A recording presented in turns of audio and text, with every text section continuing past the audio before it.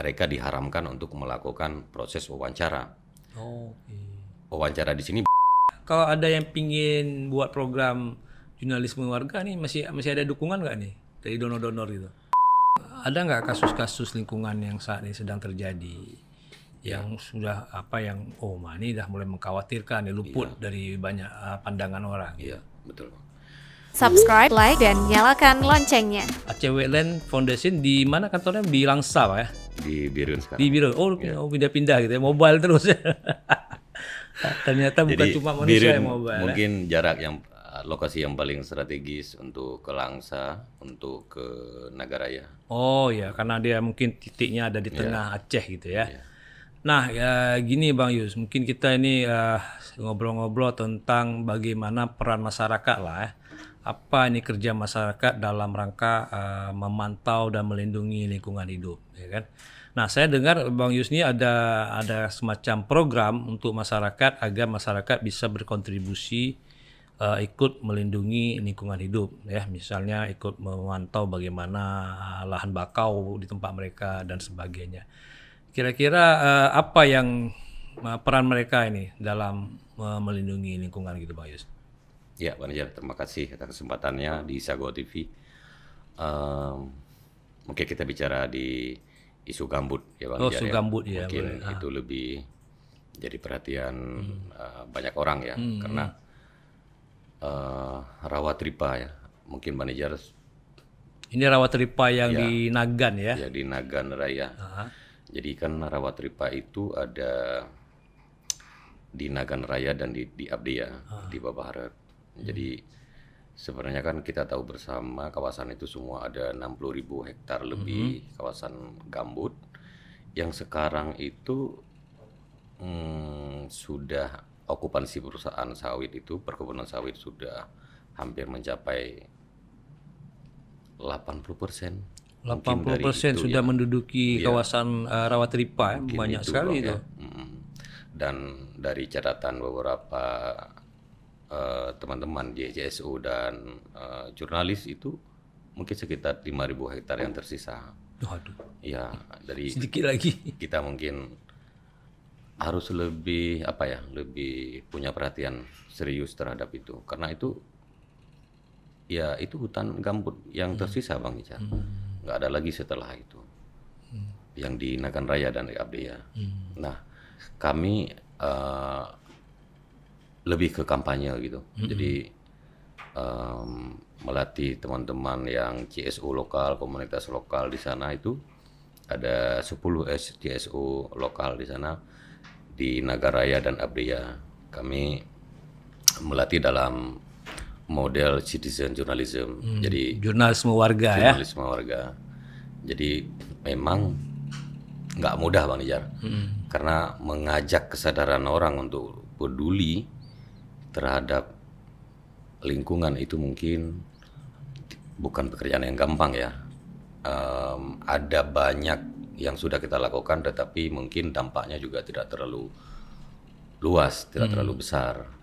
Tetapi setidaknya kita akan terus melakukan itu sebagai bagian dari upaya penyadaran masyarakat tentang pentingnya habitat gambut. Dan ini juga menjadi catatan dari pemerintah lah, supaya mereka juga lebih peka terhadap persoalan-persoalan di sana terkait dengan konservasi gitu, Bang. Oh. Ya. Nah, ini berarti masyarakat diajarkan menjadi jurnalis warga lah ya. Iya. Tapi ini kan mungkin tantangannya berat ya. Iya, sangat berat gitu ya. Karena tadi Bang Yus bilang jangankan peduli dengan lingkungan sebelumnya ya. Ini disuruh lagi membuat laporan-laporan. itu bagaimana caranya supaya masyarakat punya kemampuan menulis itu? Ya, kan kita semua masyarakat punya. Betul. Nah, karena sebenarnya itu kita lebih melihat mereka tuh sebagai orang yang mengetahui, melihat langsung kondisi di sekitar hutan mereka. Makanya kita menganggap bahwa merekalah orang yang paling tepat untuk bisa melaporkan kondisi-kondisi yang ada di lapangan gitu. Nah, model pelaporan pun itu tidak harus seperti jurnalis. Oh, Nah, nggak mesti kami ya baku kayak 5W 1H itu nggak mesti kali lah ya. bahkan mereka bisa melaporkan hanya cukup di 4W Bang Nijar, nggak perlu ada 5W dan nggak perlu ada 1H. Jadi Udah diskon. udah diskon 2. Karena memang untuk mencari nilai untuk mencari bagaimana kejadian itu mungkin akan berat bagi mereka. Menginvestigasi ya. Ya, jadi mereka cukup mengidentifikasi fakta berupa apa, di mana, kapan, dan siapa yang terlibat ataupun yang menjadi objek daripada laporan itu. Jadi hanya segampang itu Bang Nijar, hanya sesederhana itu, supaya itu lebih memudahkan mereka untuk bisa mengirim laporannya. Kemudian mereka juga kita bekali dengan modul bahwa mereka tidak boleh melaporkan selain fakta, tidak boleh melaporkan opini, klaim, Gosip-gosip asumsi, warung kopi itu jangan ya. analisis. Iya sangat. Jangan nantinya sangat katanya tidak boleh. itu nggak bisa ya. Betul, sangat tidak boleh Bang. Ya. Itu respon masyarakat gimana tuh kalau mereka diajak untuk belajar menjadi jurnalis? Apakah mereka merespon dengan semangat atau biasa-biasa aja atau mungkin kita ikut aja dulu? Itu gimana? Ya, kalau kita sasar, karena kita yang sasarnya pesertanya itu dari kalangan para aktivis yang ada di sana gitu. Aktivis lokal lah ya. Aktivis lokal di sana, punya komunitas, punya lembaga di sana, dan mereka itu bagian dari orang-orang yang merasa menjadi korban daripada kejahatan-kejahatan lingkungan yang terjadi di sana. Jadi mereka itu dengan antusias, meski nggak dibayar sekalipun, mereka tetap mau melaporkan itu. Nah, itulah. Dan yang paling penting bagi kita itu bagaimana menjaga mereka itu supaya aman daripada ranjau-ranjau ITE, ranjau-ranjau segala. Jangan sampai melanggar undang-undang lah ya. Betul Pak Nijar. Ya. Nah, apa tantangan tuh bagi masyarakat? Misalnya gini, tadi kan kalau khawatirnya mereka jangan-jangan nanti melanggar undang-undang, saking semangatnya kan, masuk pula ke tempat lokasi-lokasi. Jadi itu sebenarnya bagaimana memberitahukan mereka itu kalau untuk di jurnalistik kan ada namanya kode etik jurnalistik. Nah, bagi mereka ini gimana nih? Ya, kita juga buat semacam satu ketentuan khusus untuk yang menulis khusus di jurnalisme warga. Salah satunya itu adalah mereka diharamkan untuk melakukan proses wawancara. Wawancara di sini bukan dalam artian bertanya. Wawancara mengenalkan diri sebagai jurnalis itu tidak boleh, tidak dibenarkan karena mereka sebenarnya memang bukan jurnalis. Mereka adalah warga yang peduli gitu. Dan kami memberikan satu model pelaporan yang sederhana dan juga aman gitu Bang. Jadi ya sejauh ini proses dan model itu aman lah katakanlah begitu. Artinya ada rambu-rambu ya. Ada rambu-rambu ya. Nah, seberapa berhasil kegiatan sih jurnalisme warga ini? Misalnya gini, bagaimana AWF atau Bang Yus lah sebagai pelaksana program menganggap warga ini sudah mampu melakukan jurnalisme. Ya. Seberapa berhasil program? Ya, karena memang peserta kita itu anak-anak muda Bang ya. Jadi pertama pengetahuan mereka itu sudah ada background tentang jurnalisme. Kemudian mereka sudah punya background tentang konservasi, apa yang boleh dan tidak boleh dilakukan di dalam kawasan. Dan mereka juga rata-rata sudah bekerja menjadi relawan di organisasi-organisasi lingkungan lain.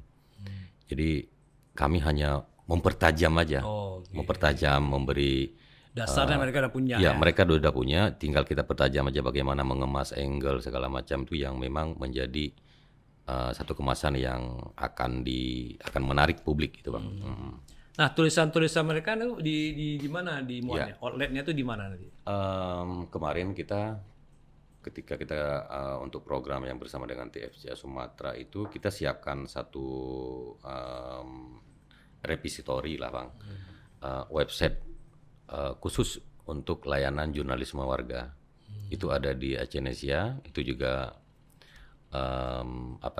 sistemnya juga ada editornya, dan untuk proses distribusi informasi itu sampai ke publikasi itu ada editor yang tanganinnya. Jadi Ya, jadi memang semi daripada media mainstream gitu. Karena untuk menjaga atau untuk lebih supaya pelapor dari warga itu aman gitu Bang. Artinya Dari jeratan hukum. tulisan mereka ini nggak mentah-mentah dimuat ya. Iya enggak, ada banyak tulisan yang nggak bisa dimuat malah. Ada kurasinya, ada Ya, editorialnya. iya, betul. Ini prosesnya berarti udah mirip jurnalistik lah ya. Betul. Ada lapisan-lapisan yang harus dilewati sebelum tulisan itu terbit ya. Betul. Bang Yus masih ingat nggak mungkin ada tulisan-tulisan dari peserta jurnalisme warga nih yang menarik-menarik? Ya, kemarin itu kita lebih mengajak mereka itu melaporkan dampak, tidak melaporkan soal kasus, soal persengketaan segala macam yang menyangkut dengan lahan dan hutan itu.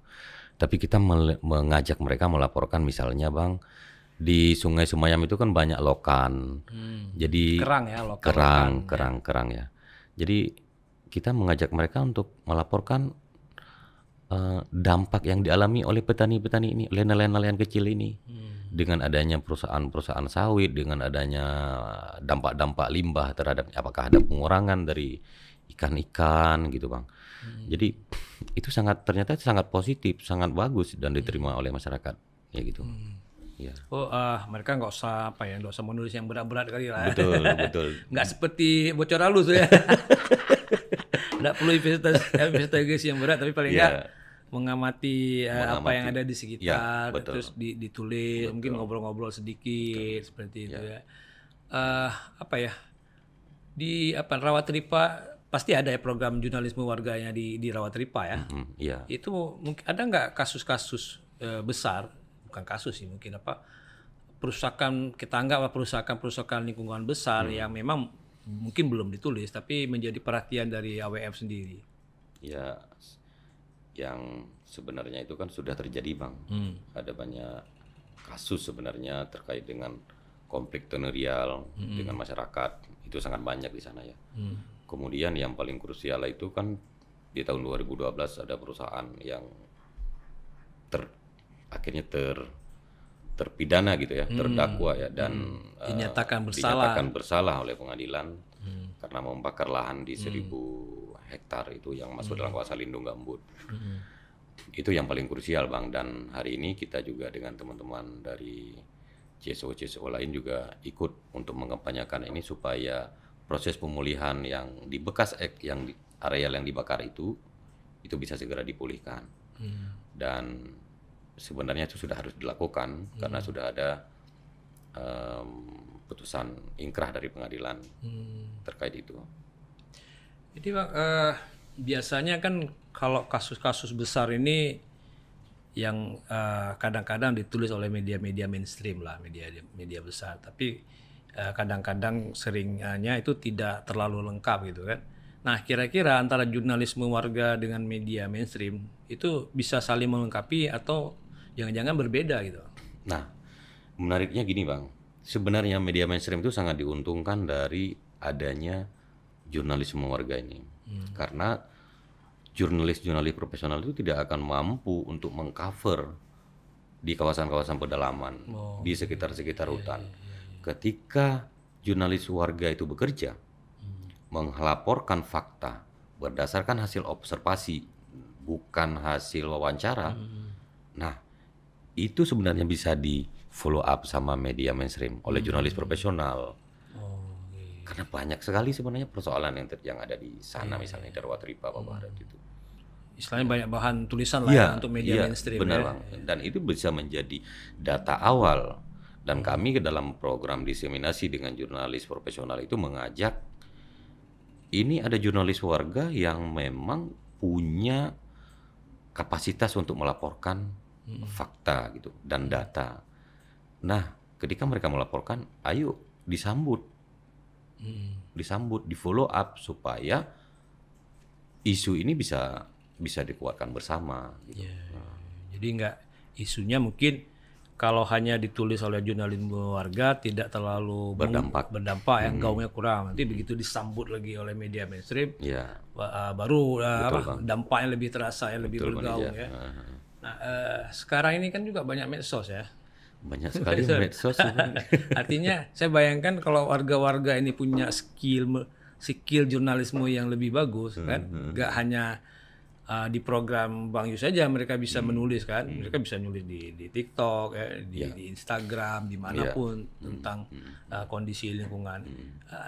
Ada terpikir nggak buat pelatihan medsos nih untuk jurnalisme warga? Sebenarnya itu penting kali Bang. Ya, sekarang Tetapi mau dalam tidak mau kan, medsos sudah program, jadi berperan nih dalam kehidupan kita. Tetapi karena kita dalam program advokasi ini lebih melihat sebuah persoalan yang perlu diadvokasi gitu ya. Jadi ada kekhawatiran lah, karena di medsos itu mereka kan tidak terkontrol. Mereka kan tidak ada sistem sensornya, tidak ada. Nah ini yang kita khawatirkan Bang. Tetapi bisa saja lebih ke cerita-cerita model ke bercerita begitu ya. Storytelling lah. Storytelling begitu, mungkin itu lebih menarik juga. Bercerita tentang dampak-dampak lingkungan yang terjadi. Tetapi kalau kita mengajak dengan 10 lembaga lokal di sana ini, kita lebih memang mengadvokasi, melawan kepada siapapun itu yang melakukan kejahatan lingkungan itu Pak. Betul juga ya. Kalau di medsos tuh kadang-kadang orang suka-suka hati gitu nulisnya karena nggak perlu tanggung jawab. Nggak perlu tanggung jawab. Tapi kalau di jurnalisme warga ini ada nilai-nilai jurnalistiknya lah ya. Iya, karena yang kita kampanyekan ini Bang persoalan yang agak serius gitu lah. Krusial ya. Iya. Yang perlu segera ditangani ya. Iya. Ini kira-kira kalau ada yang pingin buat program jurnalisme warga nih masih ada dukungan nggak nih dari donor-donor gitu? Saya rasa selalu ya, karena salah satu program yang sangat berdampak itu adalah salah satu jurnalisme warga. Apakah jurnalisme warga yang menjadi jurnalis, apakah warga yang menjadi periset, itu sekarang kan sedang digemari gitu. Citizen journalism, citizen scientist, itu kan digemari semua. Ada banyak data yang orang-orang ilmuwan itu mungkin mereka tidak punya. Kalau dari warga ini kan dia orang yang ada di sana gitu Pak. Mungkin tidak jadi saksi mata lah ya. Mungkin tidak punya satu pandangan seperti pandangannya para jurnalis ataupun ilmuwan. Tetapi kalau mereka dibekali dengan pengetahuan oleh ilmuwan dan jurnalistik, dan itu kan sangat berarti bagi mereka. Tapi memang ini harus punya skill literasi juga. Betul. Ya. Biar kemampuan mereka berkembang, mereka tahu apa yang ditulis gitu ya. Menarik ini Bang. Mungkin harus kita lebih kembangkan lagi ya jurnalisme warga ini ya untuk masyarakat ya. Iya. Dan yang paling penting menurut saya Bang itu model kemasannya aja. Model kemasan yang memang digemari dengan konteks kekinian seperti di medsos itu. Kalau kita kan agak sedikit konvensional mungkin ya, model hanya jurnalistik, nulis gitu ya, hanya nulis dan foto gitu. Tapi kalau bentuknya video, bentuknya vlog mungkin ya lebih menarik gitu Bang. Kalau di TikTok itu mungkin bisa lebih. Jadi kalau misalnya dia melaporkan kebakaran hutan, nanti ada musik-musik yang seram gitu ya. Dia melaporkan nih banjir akibat penggundulan hutan gitu kan, ada musik-musik yang bikin orang jadi sedih. Yang penting fakta ya benar. Faktanya benar. Nah, ini ini kan kita ini lagi pemilu lah ya. Sehingga kalau saya pantau berita-berita lingkungan itu kurang di media mainstream. Nah, tapi setahu Abang ada nggak kasus-kasus lingkungan yang saat ini sedang terjadi yang sudah ini dah mulai mengkhawatirkan, luput dari banyak pandangan orang. Iya, betul. Kita sebenarnya Bang, saya mau mengatakan begini ya, dari pengalaman bekerja di lapangan, baik itu sebagai jurnalis ataupun bekerja untuk CSO, sebenarnya ada model kampanye ataupun model advokasi yang perlu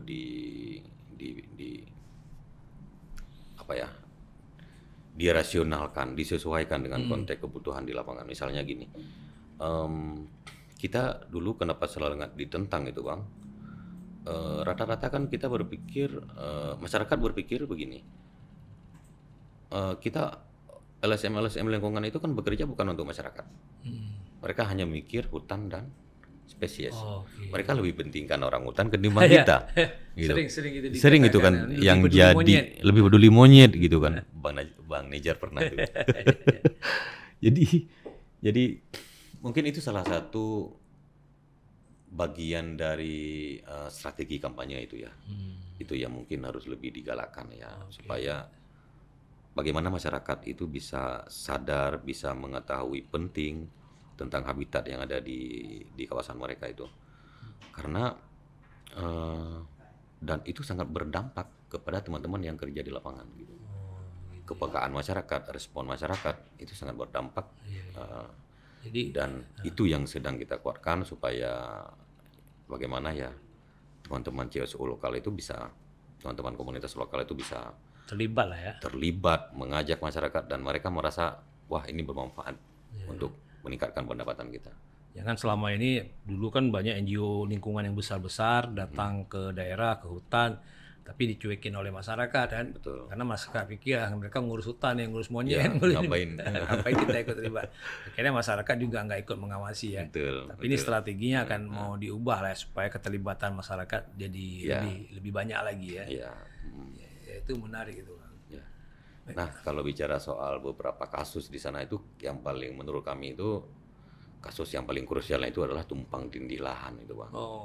Ada HGU yang ada di Babaret, ada di Kecamatan Babaret, ada di Kecamatan Darul Makmur di Nagaraya. Itu lahan HGU itu saling tumpang tindih dengan SK Menteri Kehutanan terkait dengan kawasan hidrologi gambut, kemudian SK Bupati terkait dengan tata ruang. Itu saling tumpang tindih. Jadi kawasan lindung gambut ada di dalam kawasan HGU. Waduh, overlapping gitu ya? Overlapping. Jadi itu persoalan yang nggak selesai sampai hari ini. Nah, kami mungkin ya target daripada kampanye itu adalah bagaimana bisa menguatkan status itu Bang. Status kawasan itu bisa dikuatkan. Itu yang paling penting. Misalnya di hutan yang tersisa itu, misalnya di Ekalista Alam, pemerintah Nagan Raya itu sudah mewacanakan untuk membentuk Tahura, ya supaya aman, supaya statusnya bisa jadi kawasan konservasi. Nggak diubah ya? Iya, nggak bakalan diubah lagi untuk peruntukan lain. Nah itu mungkin yang paling penting itu Bang, untuk dua kawasan itu, di Darul Makmur dan Babaret itu. Itu yang di Rawatripa ya? Iya, Rawatripa. Tumpang tindih lahan ya? Iya. Kok bisa keluar itu ya izin tumpang tindih itu? Apa mereka nggak saat mengeluarkan izin itu nggak dicek ke peta atau cek lokasi? Oh ini lokasi sebenarnya sudah kan ada status lain. Sebenarnya kan duluan HGU gitu Bang.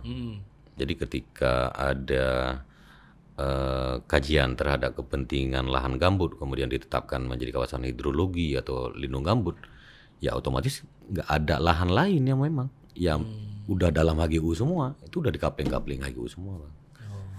Jadi ini masalahnya pelik ya? Masalahnya pelik di situ. Makanya kalau pemerintah nggak terlibat, ya nggak ada solusi lah. Ya, pemerintah Indonesia nih ya? Pemerintah Indonesia. Pemerintah Indonesia yang baru saja terpilih. Yalah, kalau bukan pemerintah siapa lagi kan? Kita ini kan masyarakat sipil biasa ya. Punya kemauan tapi belum tentu punya kemampuan ya. Ya betul sekali ya. Mungkin ada lagi yang ingin disampaikan Bang Yus nih? Iya Bang, jadi kami sudah merasakan bagaimana bekerja untuk masyarakat itu gampang-gampang susah. Dan yang paling penting bagi kami itu melihat bahwa masyarakat itu punya peran. Punya peran terhadap pengelolaan kawasan hutan mereka. Kalau hanya mereka itu menjadi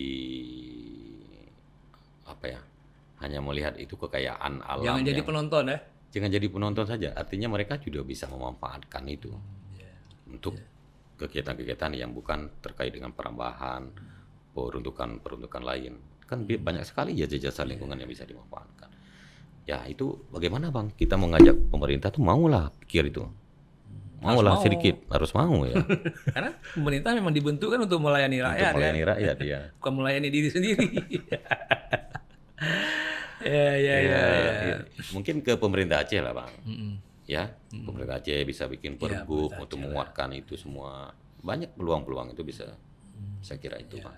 Yalah, kita harapkan ya melalui podcast ini kan atau melalui kampanye yang lain pemerintah lebih aware lah terhadap isu-isu lingkungan, dan kita juga tahu Aceh ini ya lingkungannya masih lumayan lah ya. Iya. Hutannya masih lumayan ya dibanding dengan daerah-daerah lain di Indonesia mungkin yang udah hancur lebur. Seperti Kalimantan. Kalimantan ya, kalau kita masih lumayan, tapi jangan terus berpangku tangan lihat nih lumayan udah diam-diam aja kan. Harus kita bergerak untuk melindungi lingkungan. Terima kasih Bang Yusmadi Yusuf Terima atas kasih waktunya sama-sama, yang Bang. mahal ini kan. Iya, saya juga terima kasih banyak. Ini mau keliling lagi habis ini kau ya. Bajunya baju lapangan ini. Habis dari ini terbang lagi di kemana. Oke, rekan Sago TV, terima kasih sudah menonton. Kita ketemu lagi di lain kesempatan. Assalamualaikum warahmatullahi wabarakatuh. Jika video ini bermanfaat untuk Anda, silakan subscribe, like, dan nyalakan loncengnya.